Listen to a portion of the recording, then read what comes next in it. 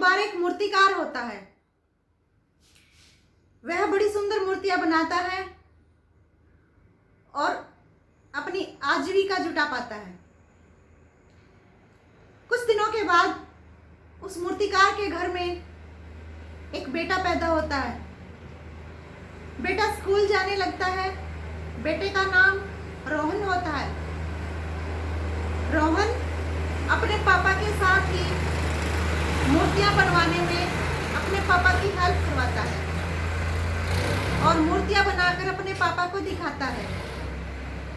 पापा उनमें क्या करते हैं, कुछ कमियां निकालते हैं कि बेटा ये आपने छोटी बना दी या बड़ी कर दी या इस कलर की करो या फिर कैसे भी जैसे भी तैसे भी करके वो कुछ न कुछ कमियां निकालते हैं।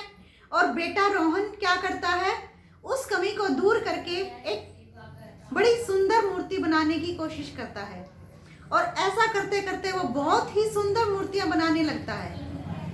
रोहन अब बड़ा हो जाता है और वो एक बहुत बड़ा मूर्तिकार भी बन जाता है।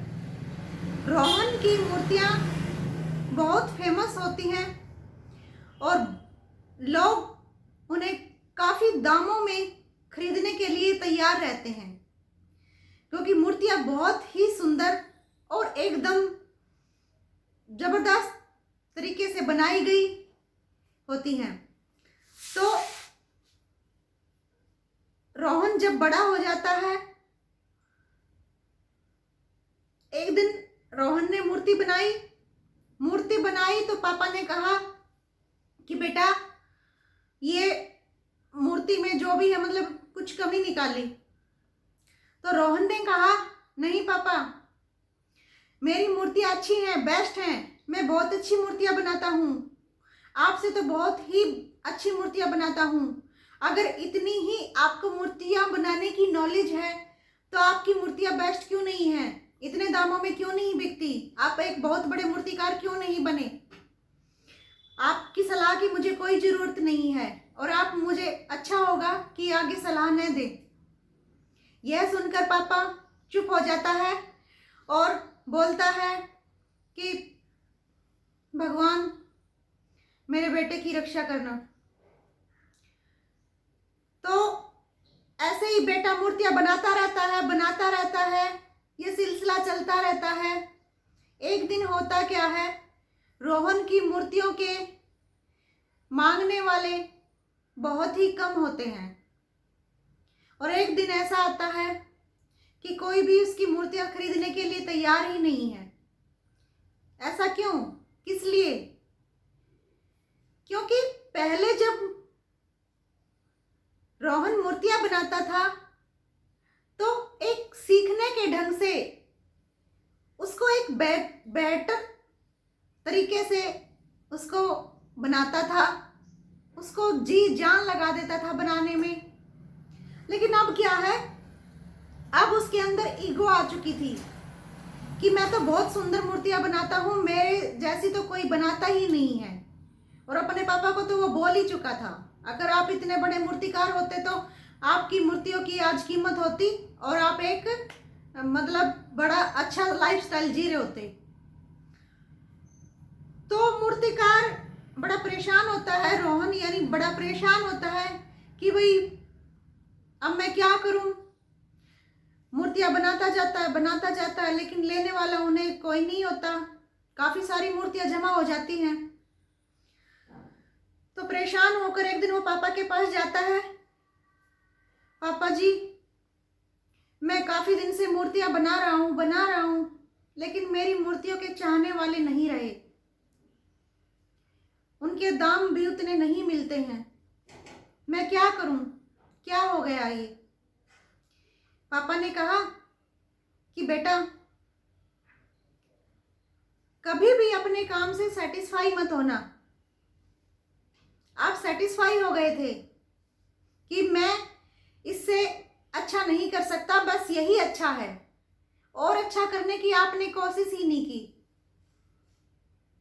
आपने समझ लिया कि बस मैं सब कुछ सीख चुका हूं, जान चुका हूं और इसीलिए आपने अच्छा करने की कोशिश छोड़ दी और बेहतर बनाने की कोशिश छोड़ दी। इसलिए वे मूर्तियाँ और अच्छी नहीं बन पाती, वहीं तक सीमित हो गई हैं वो। हमेशा आदमी को और अच्छा और अच्छा और अच्छा करने की कोशिश करनी चाहिए। जीवन भर सीखते रहना चाहिए।